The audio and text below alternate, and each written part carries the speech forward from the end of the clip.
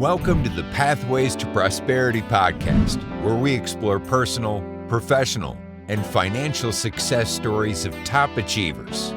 Let's dive in.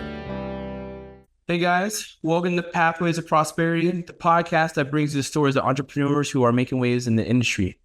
My name is Tristan. I'm the co-host with Terrence Chibillion. I'm now filling in for him today. But today, we're excited to have Cordes Owen with us, a digital marketing pioneer in Forbes and the founder of Bakemore Pies. So how you doing, Cordes? I'm great today, Tristan. How are you? Pretty good, man. Just in Arizona at the moment and just having some good time out here. It's pretty sunny out here. So We're over here in Tampa, Florida, where water freezes around 50. So we're all super cold at the moment. Yeah, it's actually better over there. At least you can swim over there, right? Right. We usually have a warm Gulf of Mexico if it's not angry at us. Yeah, that was down there. And definitely miss the being able to swim actually in the ocean and not having a swimsuit, because that's how it is on the West Coast. Yeah, there's not too much of that in Arizona, from what I understand. Maybe a couple of layers. This dry desert. You can't cut the cactuses. So yeah.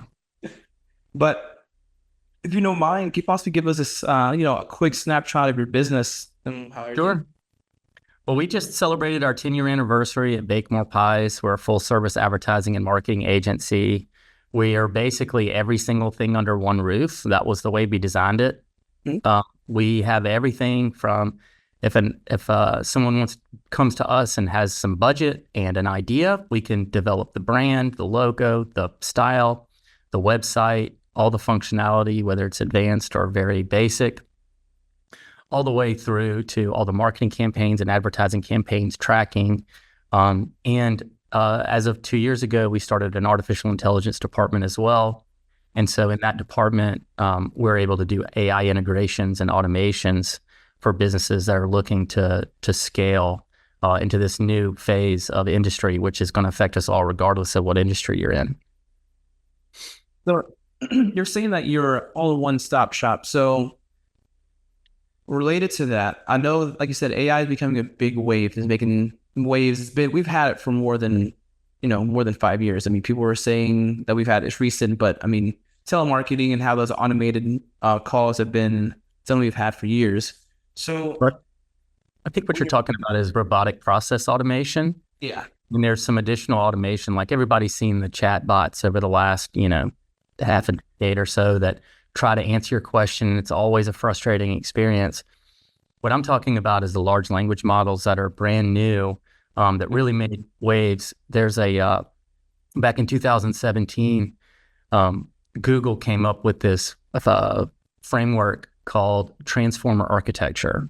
And what that led to was the large language models we see today. It's the OpenAIs, the ChatGPTs of the world, and the Claude, the Anthropic, the Llama from Facebook. I mean, there's a zillion of them out there right now, and they're all competing. It's like an artificial intelligence arms race, but it's a big difference between what we have today with those artificial intelligence models and what we've had in the past. I mean, artificial intelligence itself has existed since the 70s and 80s.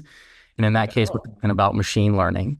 And that type of AI was excellent at doing things like predicting whether or not your next new customer, based off of certain factors, are going to maybe default on their loan or are going to take a certain path. And so those types of AI models required a tremendous amount of training, a lot of expertise in database science and things like that.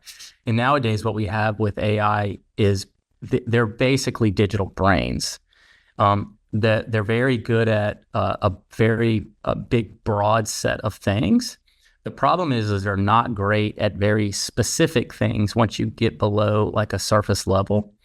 And the reason that I've been focusing on that in my business over the last couple of years is it's almost 2 years ago to the day when ChatGPT 3.5 came out, and it was basically available to the public. And it made a lot of big waves. And then in March, when ChatGPT 4.0 came out, it was one of the fastest adoptions of any technology in the history of the world. There were 100 million users in about a month. And it was unbelievable. And when you talk to it and you chat with it, you can easily see why. It's an AI model that's able to reason a lot like humans can. And that was almost a year, it was over a year and a half ago now. Yeah. And now here we are with much better technology than we had then. And businesses are needing to look at how they're going to incorporate this type of new AI into their normal daily operations and how they attract their next customer. And so that's why when I saw what it was capable of, I invested in bringing on the type of software, creative software programmers that were able to learn how to integrate this new technology into our existing clients. And then we've also attracted a lot of brand new clients using this part of our service. So in digital marketing, what is the key difference between, because all I hear, I don't hear a lot of digital marketing. I hear more like social media marketing or SOA. So can you tell me what a good difference is between both, or is it the same? Well, marketing is marketing. I mean, Right. if you've learned marketing, you'll know that these days we say there's 6 P's. It's product, placement, price, product, people, and purpose. And I think that's 6. I think I named 6. But basically what it is it doesn't matter how you go to market. It all that matters is that it works. And in the earliest forms of digital marketing, you're talking about mass emails. You're talking about things like CompuServe and Earthlink back in the mid-90s. That's when I first got into the industry. But what we're talking about is advertising across digital channels and living inside those digital channels. So these days, you're talking about social media, of course, your website, what kind of communications you have going out to your own audiences like email and text messaging. It's any type of marketing that would be communicated over electronic means. And so it has grown and grown. And I got into it about in 1996 when it was only about a year old. And what I mean by it being a year old is emails existed before then, but the web got images with the Mozilla browser back in 1994, 1995. And that's when we got the World Wide Web as we know it. Yeah. And so I've seen it. I've been involved with it ever since, and I've seen it grow and change over the years. So it's a little bit of an advantage at Bakemore Pies because we've literally seen everything that's come down the pike since the beginning.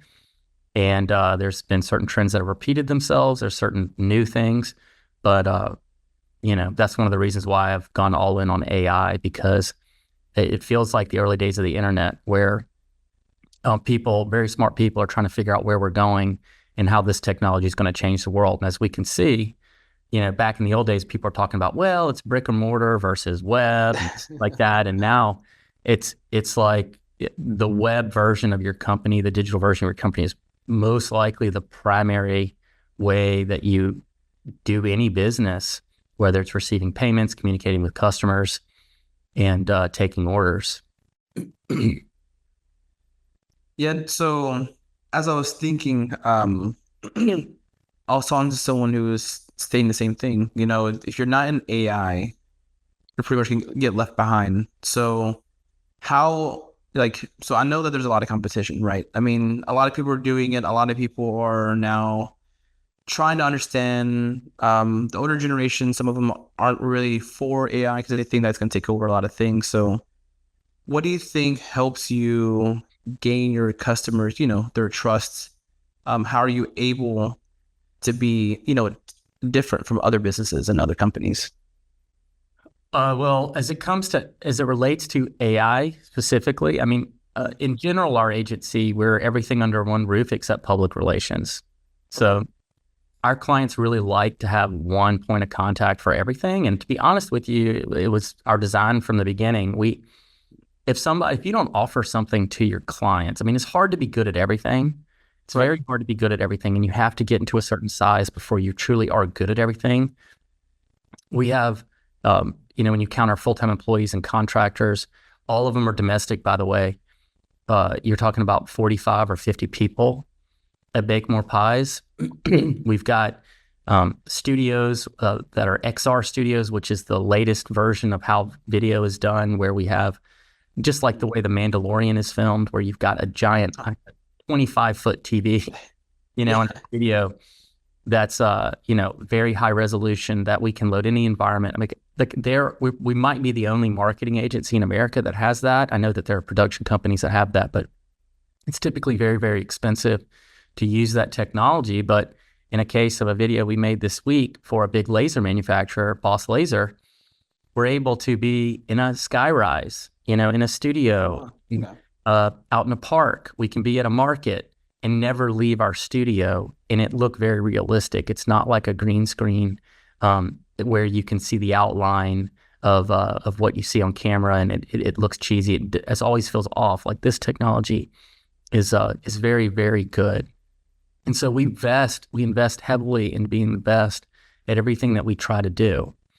And so as it relates to Bakemore Pies, that's always been our mission. And I would encourage anybody who is going into a space, like, for example, I was looking into y'all's background. I see that there's a real estate, there's some real estate experience there. You're looking at ways that you can vertically integrate, because every time that you take one of your customers and go, sorry, I don't offer that, but here, talk to this other person, they offer it, you're basically inviting them to leave you, in my opinion. And in this day and age where digital is heavy, AI is heavy, the thing that's going to differentiate the people who are successful are the people who understand what a relationship is. And AI is never going to be able to do relationship the way that humans truly can. But there are, like, to answer your question a little bit deeper about how are we doing AI and how are we selling it to our clients, I mean, I can think of a couple of examples. So I was talking to one of our clients about a month ago, and a year ago and 2 years ago, they were one of the fastest growing companies in America. They were very close to the top of the Inc. 5000 and 500. And they were spending $1 million a month in call center payroll. Well, they've been, they were also in the real estate domain. And obviously with interest rates going up, that has impacted their business, and they had to scale back. But now they're investigating using AI to take those calls, not necessarily a low-level call center person. Right. And what they're finding is that 99% of the time, most people don't know they're talking to AI. And it's even getting better and better now that there's voice to voice, but it's handling calls differently and in a better way. It's a better service than they would have gotten if it was a human. For example, just to get back to the story, lady called in, and their service sells homes. So instead of a 6% commission, they sell it for a 2% commission. They do national advertising. Lady calls in, and she's trying to be quiet and very careful with her words. And she said, I'm looking to sell my home, and I want to be very careful about how I do it. I want to sell it quickly because I'm in an abusive relationship. I own the home. I'm in an abusive relationship, and I don't need my partner to find out that I'm doing this. Is that possible with your process?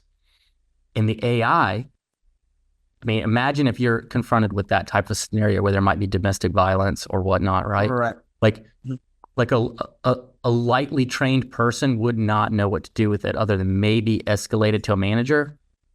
What the AI did was it immediately showed empathy. It said, I am terribly sorry to hear that you're in that situation. Here are a couple of resources in your zip code. Like, here's a women's shelter in case you need to get away. Here's the domestic violence hotline in your area in case you need to talk to somebody. And that's the type of thing that AI is able to do on the fly that you couldn't train a human to do in most cases. I mean, what are the odds that you would even foresee that being a scenario and knowing like what to do? Yeah, what to do, right? So there's just some things like that we see every day that are just mind-blowing of what it's able to do. Yeah, I definitely use it a lot. I've never been heavy in the industry of digital, and obviously I grew up in the world on the WW, the World Wide Web, the internet. I've been mainly in the healthcare industry, but being able to integrate it and seeing it how now I'm seeing how it's being integrated into hospitals, right? Like you're saying, Sure. Radiology, it's been huge. I mean, yeah, they've been able to look at scans way more accurately than humans. I mean, we still have a human in the loop, but AI is looking at every single X-ray, every single MRI now. yeah, it's been like you said. I know some companies who are actually doing it to do, like you said, cold calls, or like you said, there's unless you have really high experience with certain situations, it's really a hit or miss sometimes. You don't know how to answer certain things. So it's really helpful, and I feel like that I need to be a lot more knowledgeable about Well, that. I would encourage, so if you're looking at using AI for outbound calls, Mm-hmm. I would caution you. There's Yeah. definitely some FCC guidelines around those types of calls. Okay. I wouldn't even try it unless people are already your customer. But inbound calls are a lot different. When Okay. somebody's reaching out to you, you're not impacted by any of the canned spam regulations. But I would say anybody that's listening to this needs to 100% be experimenting with the different large language models that are out there. You can use many of them for free. And I would encourage you to, if you find one you like and it's good at what you need, upgrade to the paid version. Usually it's only around $20 a month, and it will make your life way better. Like, for example, I use read.ai most of the times for all of my meetings, and it comes into a meeting, it takes notes, it summarizes the meeting. It's the same thing that like a really good assistant would do to help keep track of what you're trying to do. And I get emails from it and go like, hey, just a reminder, you promised to do the XYZ, by this date. Have you done it? And it's really, really, really important to look for ways to start getting more familiar with it, because sometimes this knowledge needs to marinate in your brain before you really start to understand how you can apply it to your situation. I can tell you one last thing about how we do it at Bakemore Pies. Typically, when we see a new technology, like for example, when we saw that this type of video production for XR Studios, extended reality is what that stands for, was becoming more popular and was going to be the future, we invested about $500,000 in the technology and in the people to build out our own version of that and start using it, because we knew people were going to be looking to buy it from a service provider. And by the time that, usually it's a couple years when it becomes common knowledge that this exists, we knew that by the time people are going to be asking for it, we better be good at it. And so you don't be learning at the same time that your customers are asking about it. You need to be ahead. So for example, as it relates to AI, here's a couple of things that we're doing at Bakemore Pies. Number one, we have built our own products. We have one called interviewbrilliant.com, where we've built an entire workflow process for people to practice interviewing. And so you can upload a job description, you can upload your resume, it will analyze it, and then it will either call you on the phone or it'll start a conversation right there in that browser and allow you to have a conversation with somebody who's a mock interviewer, and it'll give you coaching and a score on how you did and save it to your account. Oh, And will allow you to retake that interview as many times as needed. So that way, if you are applying for a job, you can go ace that interview and get that job, more assuredly.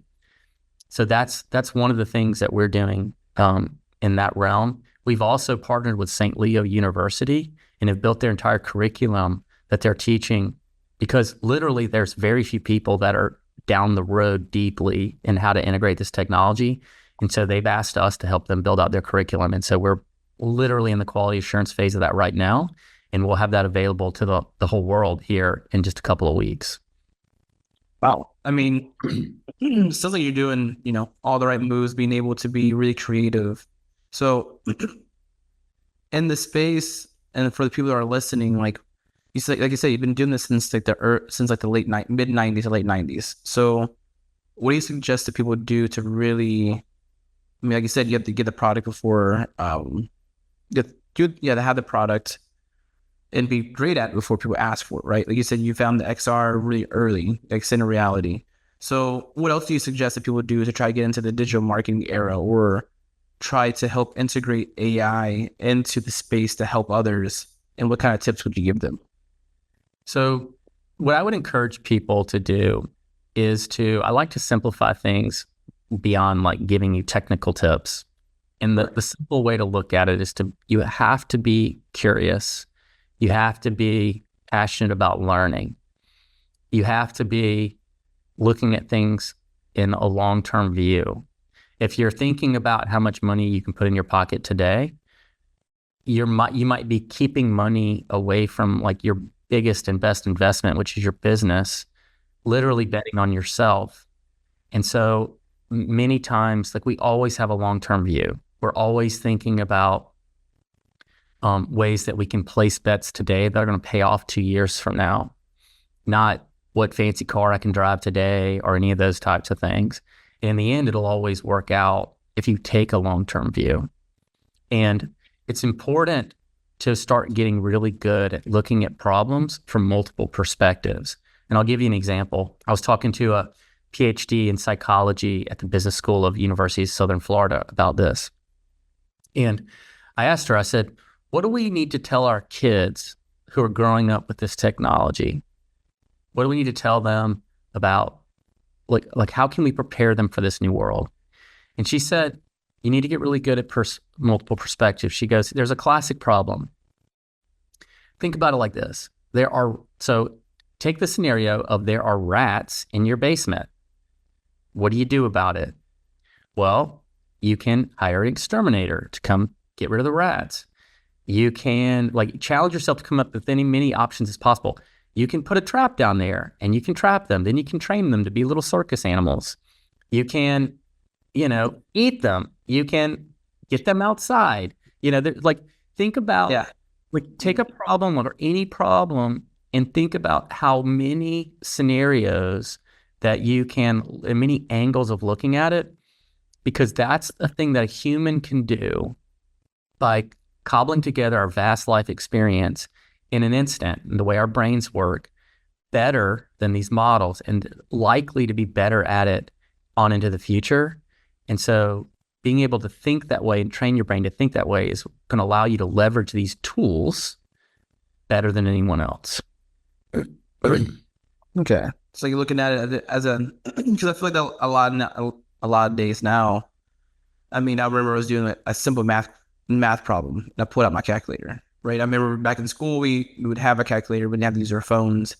So it's like you say, it's really getting deep dive and thinking. Critical thinking is a very big thing that people creative critical thinking is what needs to be, what you really need to get in the creative gym and really, work that muscle. Because in order to be competitive at any level in business on into the future, you need to be extremely curious and creative, because AI is going to commoditize knowledge. And looking at, I've been seeing it nowadays to see how everything's been kind of shifting. And I mean, I was at a store recently and we had AI, like you said, 2 years ago, and now they're already integrating them into laptops, being able to be creative with it. Yeah, absolutely. So one other thing that we're doing here at Bakemore Pies, and I'm doing as an entrepreneur, is, for example, I'm investing in businesses and in ideas that are not going to be impacted by AI as much. So, for example, in our full service digital marketing agency, we've just launched apparel decorating, right? People are still going to wear clothes. They're still going to want their logo on hats and shirts and whatnot. I've also invested in this company right here, and I'm a partner in Modern Structural Systems. And in that business, we're using robotic roll formers to transform light gauge steel into structural building materials and panelized building materials. So we're looking for any ability, because people are still going to build buildings. They're still going to live in houses. So personally, I'm looking for ways to diversify into the very advanced corners of where the world is going, as well as the traditional places that are always going to be there. but it's also using as much technology as possible to be ahead of the curve in those more traditional areas as well. Yeah, that was actually going to be my next talking point. Like you said, it's really, you have to be able to have your hand in multiple areas, multiple aspects. You can't just bet can't bet all your money on one area, right? Can't just bet your money on the AI, because essentially, or eventually, like you said, AI is going to be taking a lot of the knowledge and education. It's going to be honed by one person or by one software. So how do we diversify our portfolio? So, and that's what I was going to ask. Like, a lot of people nowadays are feeling, in my opinion, are feeling trapped. They're on edge. I feel like a lot of people aren't being as diversified as they need to in the portfolio. So, like, what do you suggest that people do to help create passive income, or even enhance their income right now? Well, I talk about this a lot in my podcast called The Law of Relevancy.com. And I would encourage people to get off the couch, go learn a skill, look at the world around them, and acquire new experiences and skills. Know how to use a hammer, how to measure something. Like, there are skills that generations that are coming around nowadays that are, because we have mainly a service economy here in the United States, that are they're entirely intimidated by, and so I would encourage people to go out and acquire hard skills. I mean, AI is not going to impact blue collar industry. I mean, if I was starting another business, and I had no businesses today and had an ability to, I'd start an HVAC company. Yeah. I would have heating and air conditioning. Mm-hmm. Like, people are always going to want to be comfortable. It's a fantastic business to be in, and having some of that knowledge. I mean, like, one of the things I've been learning about lately, because it's connected to my steel company, is welding. Like, there's a new type of welding called laser welding, which totally transforms the process of how to connect two pieces of steel. And we use structural steel in our buildings, and like, it might cost me $15,000 to buy one of these welders, but I may make $100,000 using that machine for the next 12 months, and it might not be me using it. It might be I don't have a lot of time to do that, but like, I would find your passion, find the things that you're passionate about that are practical. Look for a practical passion that you can monetize. If you're looking for a side hustle, I would encourage you to go there. Like, for example, even at Bakemore Pies, one of the things we offered to our employees when we bought all the apparel equipment was like, hey, I know some of you guys like want to make extra money. You want to wait tables and whatnot. How about start your own apparel line? Start your own t-shirt company. You can use our equipment. And then, but it benefits the agency, because then the employee gets experience with e-commerce, more experience, personal experience of understanding what our customers are going through. And so anybody that has access to, I mean, literally just get off the couch. There's a whole world out there that is going to continue to exist even with AI. And the more useful you are to the world until the robots get here, which they're going to be in 10 or 15 years, the humanoids that are made to do things that we all do, like hold a hammer. And I would continue to be paranoid. Basically your question was about paranoia, like just a low, like a baseline paranoia that people have. And to be honest, you should have it. Traditionally some of the jobs that are most revered and respected, like attorneys and doctors and bankers, those positions are going to be highly commoditized in the next 10 years. They're some of the most vulnerable because the data is some of the most organized and clean. The way that these large language models work is they can analyze data at an unbelievable level of detail. And think about how many court cases are public knowledge. Mm-hmm. Every word. How many, think about all these radiology scans. Think about all of these medical cases of understanding what anesthesiology went into what patient at what stage and what their other critical factors were. All of that is going to be automated with these large language models, and so doctors, attorneys, I mean, they are some of the most vulnerable of being disrupted. I definitely, I've been seeing one very similar to that. It's essentially helping prognose people earlier by using all of the different data for specific cases. I've been hearing doctors kind of getting scared about. Some doctors are okay with it, right? I mean, it kind of helps them, it makes their job easier. But a lot of doctors are seeing the same way. They're seeing that there's a big wave in their career being taken away. Well, I can tell you how we're handling with AI, that exact scenario. So one of the things that we've done for our clients, for 2 manufacturer distributors that are very large, that have big call centers, who sell a very technical product. So they think about it. Somebody comes into a call center, they have to pour through the technical documentation. They have to be many times already passionate about what it is that they're talking about. Like, what we're able to do is we're able to take every single user manual, every single email related to customer technical support over the past, however many years. Wow. And we're able to look at every trouble ticket and load that into this domain level knowledge that rides on top of this brain. It's called RAG, like RAG. So if you look that up, it'll explain what this is, but it's a runtime model that lives on top of the brain that the brain can access. And so what we do is we understand there's a lot of value in the human. So in both cases, working with these clients, we don't take the human out of the loop, but we do. Let's say we get a ticket in for a device, like somebody's having trouble with one of the pieces of equipment. The first thing we do is we have the AI look at the information we have about the case. Do we have enough information to actually answer the question? If we don't, the AI will write back to the person and go, hey, everything looks good. We think we understand what's going on, but could you please specify the exact model number? What year did you get? Is there enough information for us to answer the question? AI is really good at that. Think of that first line before it would waste a human's time. Right. So then we do that. And then what we do is when we acquire the rest of that information, or for any case, let's say it's a case we did get enough information initially, what we then do is we then have the AI go ahead and try to answer the question. And it'll provide a really good answer, and it'll links to the user manual and the hyperlink to the exact page. And we send that to the rep. And so then the rep gets the opportunity. They can copy and paste the answer and answer it themselves. But what it allows the rep to do now is maybe in the old world, they could answer 50 tickets a day. Now they can do 150 and do it better. Wow. That's actually really cool. There's so many, like you said, there's so many integrations and ways to really integrate your life. And I feel like not a lot of people are really knowledgeable.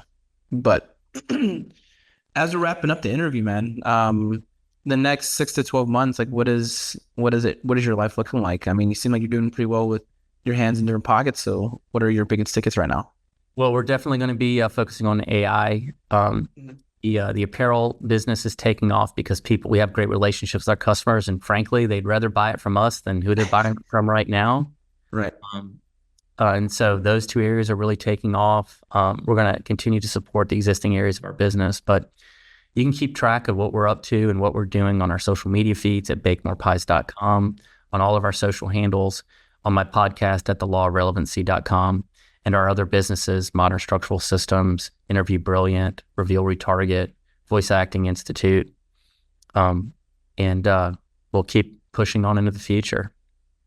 Well, thank you very much, man. I mean, you literally feel like you're every hour is you're probably busy. I'm very grateful that you're able to even take time. A lot of fun. Yeah, I mean, to be honest with you, I'm having a ton of fun. I like to stay busy. I like to learn. So, well, thank you very much for your for your time to have for the interview.